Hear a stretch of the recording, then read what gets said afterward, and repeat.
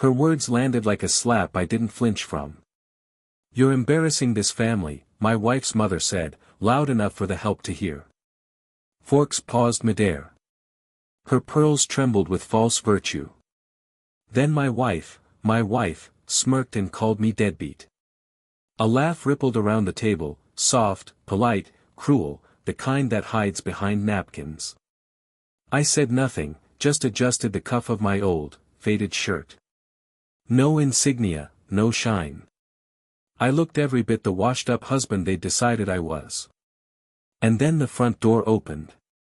Boots, the weight of command in each step.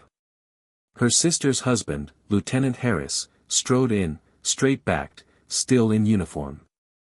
His eyes caught mine, and for a split second the air changed. He froze. Then he saluted. "Sir." Silence.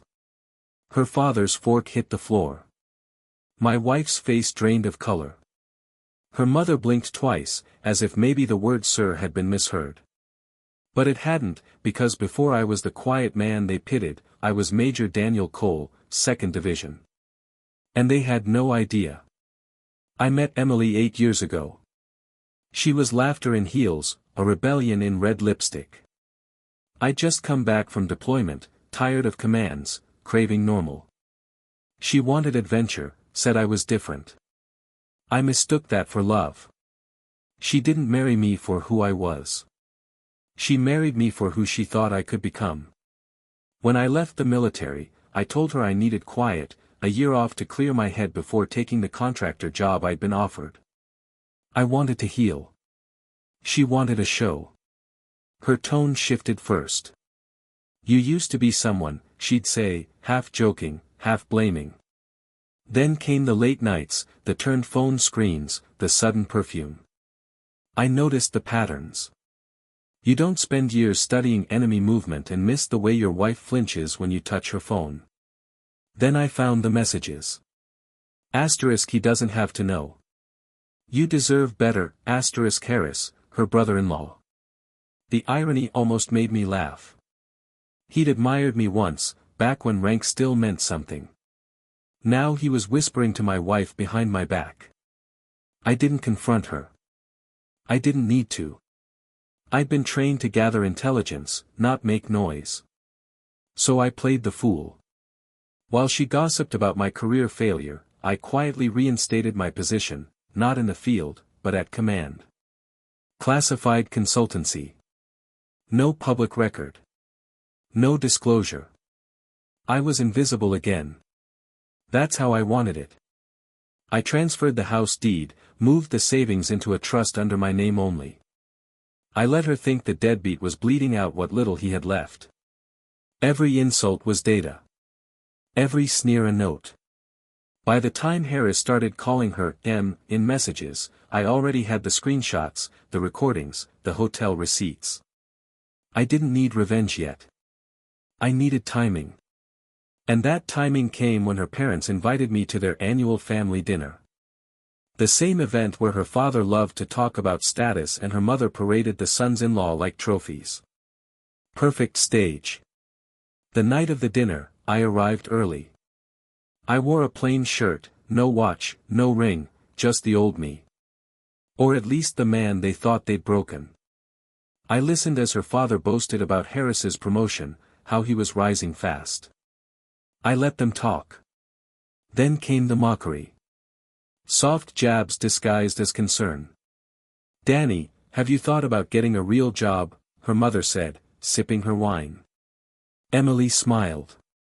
"He likes the couch too much." I smiled back. "You're right. I've been working from it lately. Classified stuff. You know how it is." They laughed. They didn't. And then, right on cue, Harris walked in. He saw me first. His salute was instinctive. Years of conditioning snapping through before his brain could stop it. The word sir left his mouth before shame could seal it. Every eye turned to him. Emily's smile collapsed. Her father's hand shook as he reached for his glass. "Wait," her mother whispered. You said he was unemployed. Harris stammered. Major Cole was my commanding officer. I corrected him gently. Still am, technically. I oversee internal evaluations for field conduct. Small world, isn't it? The silence that followed was almost beautiful. Emily's eyes darted between us, piecing it together. The lies, the hierarchy, the betrayal reversed. Her father tried to recover with a laugh. Well, I suppose this is good news.